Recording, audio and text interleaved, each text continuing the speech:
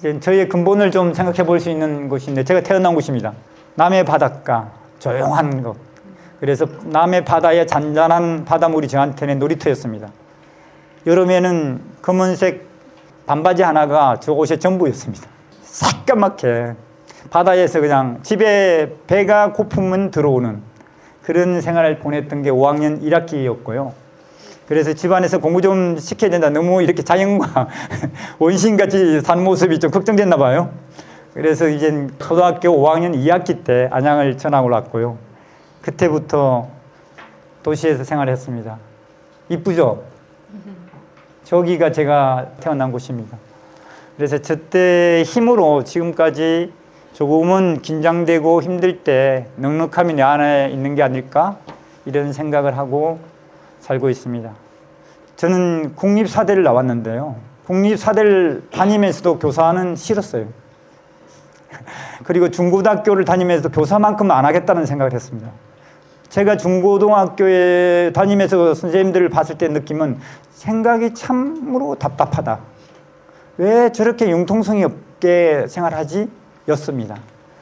그런데 공주사대를 간 이유는 공주사대를 조금 동문들한테 미안할 것 같은데, 그냥 누군가가 원서를 사오는데 지방이라고 그래가지고 지방을 가야 되겠다.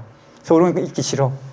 그래서 공주사대를 갖고 다니면서 난 교사 안 할 거요? 이랬는데 어느 순간 환경의 영향을 받겠죠. 아, 제대로 된 교사가 해보자. 확 생각이 바뀌더라고요. 그럼 제대로 된 교사가 뭐지? 그래서 그래, 세상을 좀 따뜻하게 만드는 교사면 어떨까? 라는 게 딱 멈추는 순간, 그래, 제대로 해보자. 그리고 교사가 됐습니다. 교사가 되면서 가장 처음에 했던 것은 교무실에 같이 근무하는 선생님들 아이들의 이름을 외웠던 것 같아요. 그러면서 이게 이제 선생님들하고의 관계가 시작이다, 이런 생각으로 교육을 시작했습니다. 자, 이거는 과천에 우리가 지난 남태령 대첩할 때 남태령 올라가는 오른쪽 편에 있는 공동육아 어린이집입니다. 지금도 잘 운영되고 있고요. 과천에서 집 짓는다는 거 어렵죠. 그린벨트 내 근데 어린이집을 질 수 있어요. 법적으로. 어린이집은. 그것을 잘 활용해서 그린벨트 내 이렇게 집을 지었습니다. 그래서 공동육아를 통해서 제가 배운 것은 참 좀 아이러니하게도 해도, 제가 국립사대를 나왔는데 사대에서 배운 것도 아니고 정교조 활동을 제가 피하지 않고 했는데, 정교조 활동을 하면서 교육 철학을 정립한 게 아니라 이 공동육아 운동을 하면서입니다. 왜냐하면 어린아이들이잖아요. 이들이 보이는 모습이 한 달 만에도 다른 모습이잖아요.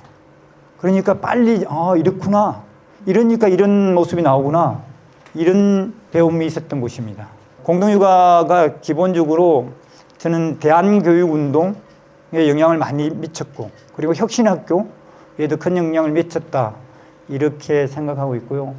여기서 이사장 했던 경험을 바탕으로 전국 공동육아협의회 회장을 했던 경험이 있습니다. 그런데도 어디 어린이집에 가면 선생님들하고 부모님들이 주인이잖아요. 싸움이 나가지고 어린이집이 해체되는데도 가서 중재하기도 했습니다. 실제 사람이 사는 곳이라, 그리고 공동육아마다 어떻게 시작했냐에 따라서 그 문화가 너무나 다릅니다. 이것도 우리가 관계 자체가, 우리가 맺어가는 이런 관계가 생명체라는 생각을 해볼 수 있는 그런 시간들이었습니다. 의정부도 우리 김종만 형님이 한때 대한교육을 좀 하셨죠. 학교도 만들고. 저도 비슷하게 이게 청계자유 발도르프 학교라고 학교를 좀 만들고 싶었어요. 왜냐하면 한 학교에서 이렇게 있다가 뒤돌아서면 그 학교가 바로 언제 그랬냐는 듯이 싹 돌아옵니다.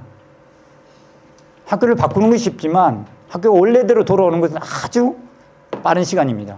그걸 보면서 어떤 생각을 했냐면, 그래, 처음부터 한번 만들어보자 라는 마음이 모아졌고, 제 혼자의 마음은 아니겠죠. 그래서 안양의 옆에 있는 의왕시인데, 의왕시에서 청계사 올라가는 데 보면 이 학교가 있습니다. 발도르프 학교라고 합니다. 그래서 지금도 잘 나름 운영되고 있고, 여기는 12년제입니다. 그리고 교장이 없습니다. 교장이 없는 학교도 가능하다라는 것을 경험할 수 있었고, 그리고 여기에서 제가 가장 크게 배운 것은 학교 공동체가 어떻게 제대로 굴러갈 수 있지? 저도 여기서 시행착오 많이 했습니다. 선생님들한테 수업 공개해달라. 나는 교육에 대해서 좀 안다. 나는 학교에서 수업에 대해서 고민하는 사람이다. 라고 했는데 선생님들은 절대 안 된다. 그리고 선생님들이 공개해 주는 사람들은 충분하게 수업에 대해서 이해가 있는 사람이어야 된다. 이런 논쟁을 밤을 새우면서 했던 기억도 납니다. 그래서 학교 공동체를 배운 시기가 이 얘기다. 그래서 어디 가더라도 학교 공동체에 대해서 이야기할 때 저는 이 경험을 바탕으로 조금씩 이야기를 나누기도 합니다. 이건 이제 저한테는 큰 사건이었는데 정교조 본부 사무처장입니다. 정교조는 위원장하고 사무처장이 모든 업무를 책임지고 집행합니다. 규약상으로. 근데 제가 사무처장 역할을 했을 때 그때 어떤 일이 있었냐면 혁신교육 정부 국제 심포지엄을 했고 이것을 전국적으로 확산시켰던 겁니다. 그때 당시 근데 어떤 시기냐면 이명박 때였어요. 잘 보시면 이명박은 그러면 어떻게 했을까? 이명박은 이렇게 일제고사를 강행시켰어요. 그래서 선생님들이 일제고사하고 아이를 한 명 한 명 존중하는 거하고 전혀 철학적으로 맞지 않잖아요. 싸움이 났습니다. 그래서 선생님들 막 학교에서 해직되고 그랬어요. 그리고 결국은 이 아이러니하게도 일제고사가 어떻게 없어진지 아세요? 없어졌어요. 이명박 다음에 누가 대통령이 됐죠? 박근혜가 자기 대통령 공약으로 일제고사 폐지를 걸었어요. 그리고 박근혜가 없앤 겁니다. 우리는 싸움 해가지고 해직되고 잘리고 이러다가 그게 일제고사입니다. 그것을 보면서 저는 어떤 좀 배움이 있었냐면 사업이라는 게 지형을 어떻게 만들었냐에 따라서 다르게 이게 집행될 수도 있고 성공할 수도 있구나 이런 경험을 그때 했고요. 그래서 시야를 좀 넓힐 수 있는 기회가 제가 본부 사무처장을 하면서 갖게 되었습니다. 제가 지금부터 이야기할 것은 여러분한테 4년 전에 제가 출마를 했잖아요. 그리고 실패를 했어요. 그리고 또 출마를 하려고 합니다. 그럼 그때 당시부터 왜 출마를 하려고 했지? 그리고 교육감은 도대체 어떤 경험과 어떤 자질을 갖고 있어야 되지? 이런 이야기를 여러분과 좀 나누고 싶어요.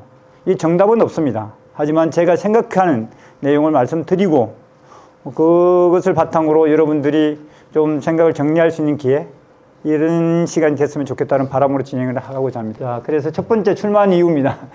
왼쪽에 이 화면을 보면 짐작하시죠? 코로나 상황이었습니다. 그래서 너무나 어려운 상황이죠. 왜요? 관계가 다 망가지는데 관계의 집합체가 학교잖아요. 학교에서는 더욱더 힘들었죠. 그렇지만 그 당시 코로나 전에는 학교가 왜 필요해? 라고 했지만 코로나를 거치면서 그래 학교가 필요해. 확인했어. 이게 성과적 결과였다면 그 당시는 이렇게 힘들었습니다. 그리고 이쪽은 이제 코로나 상황인데도 학생의 나름대로 자축하는 우리 반 아이들의 모습입니다. 그리고 밑에는 우리 반 아이들이 한 학기 끝났다고 나름 정리하는 한 학기를 평가하는 그런 사진입니다. 여기서 제가 무엇을 얻었냐면요. 역대 제가 담임을 하고 싶어 해도 못할 때는 있었지만 단 한 번도 하고자 안 할 때가 없었거든요. 모든 담임 중에서 가장 제 마음이 잘 통한다고 느꼈던 시기가 이때 담임이에요. 코로나 때. 이상하잖아요. 애들 학교도 얼마 안 왔어요. 근데 심지어 이랬어요. 학교에서 보통 교실에서 분리수거를 할 거 아니에요. 그치? 쓰레기? 그런데 코로나 상황에서 아이들은 어떻게 이 친구들은 이야기를 하냐면 선생님, 우리 지금 분리수거 안 된 것 같은데 제가 할게요. 제가 말하기 전에 그게 뭘까라는 고민을 했습니다. 아이들의 많은 관계가 코로나 되면서 다 끊겼고 저와의 관계만 맺어져 있는 거죠. 그러니까 아이들은 그 친구들은 제 마음을 다 헤아리고 읽을 수 있는 관계가 형성됐다는 겁니다. 그때 무슨 생각을 하냐면 코로나는 위기다. 그런데 이건 기회가 될 수 있다. 그래서 우리가 위기라는 걸 위험한 기회라고 이야기하잖아요. 그럴 수 있다. 라는 생각을 했고 그래서 위험하지만 지금 기회로 살려야 되겠다. 왜 위험하죠? 학교 공동체가 다 무너지는 걸 느꼈으니까. 그래서 출마를 결심했고 이걸 그냥 방치하면 큰일이겠다. 라는 생각에 그때 당시 출마를 하려고 했던 겁니다. 그게 첫째 출마한 이유고요. 지금 출마한 이유는 여러분 기자회견에서 이렇게 언론에 말씀을 드렸지만 실제 학교는 굉장히 위험한 상태입니다. 언론에서 툭툭 들리는 소리가 있죠. 대표적으로 현상적으로 이야기해 볼 수 있는 게 뭐냐면 학교에 우리가 상조회가 있고 친목회가 있고 애경사가 뭐 이런 거 챙기는 게 있겠죠. 많은 학교에서 친목회가 없어지고 있어요.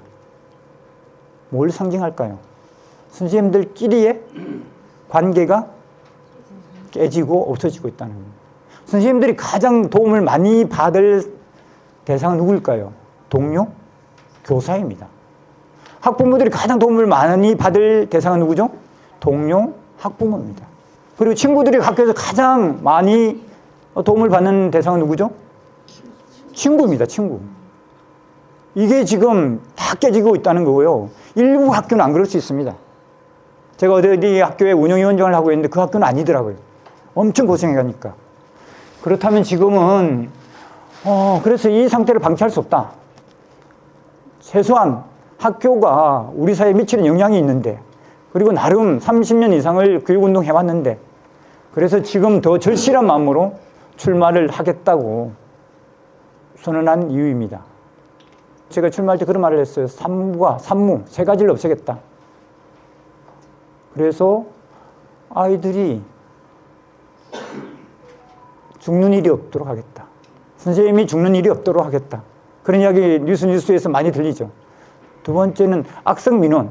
악성민원을 하는 것도 학부모 입장은 충분하겠죠. 왜요? 불안하니까. 답답하니까. 그리고 선생님 입장도 나름대로 어쩌지 못하는 거죠. 왜? 학교에 다 법이 들어와 있으니까. 법으로 다 처리해버리니까. 어떻게 못하는 거예요. 그래서 세 번째는 갈등. 학교에는 예전 같지 않고 선생님 외에 노동자들이 많이 있습니다. 그리고 엄청 이분들의 역할도 중요합니다. 그런데 이것에 대해서 사람과 역할을 부여했다면 부여한 사람이 책임있게 갈등이 일어나지 않도록 역할을 해야 되잖아요. 그렇지 않나요? 네. 시킨 자가 책임을 져야죠. 시킨 자가 즐기고 있습니다. 이게 학교의 지금 상태입니다. 그래서 세 번째는 갈등이 없는 학교를 만들겠다. 이렇게 하면서 제가 출마를 했습니다. 이 정도가 짧게 말씀은 출마 이유고요. 그래서 구체적으로 말하면 학교 공동체를 어떻게든지 사람이 숨을 쉴 수 있고 쉼이 있을 수 있는 그런 공간으로 만들겠다. 그거 없이 어떻게 학교에서 우리가 미래의 교육을 이야기할 수 있을까요? 이런 생각. 그런 마음으로 지금 출마를 결심했습니다. 경기교육을 새로운 역사를 만들겠다. 그리고 지금 힘들어하는 학교를 바로 세우겠다. 그것은 제가 가져왔던 그 경험을 바탕으로 이런 각오를 말씀드립니다. 부족하더라도 이해를 부탁드립니다. 이상으로 마치겠습니다. 고맙습니다.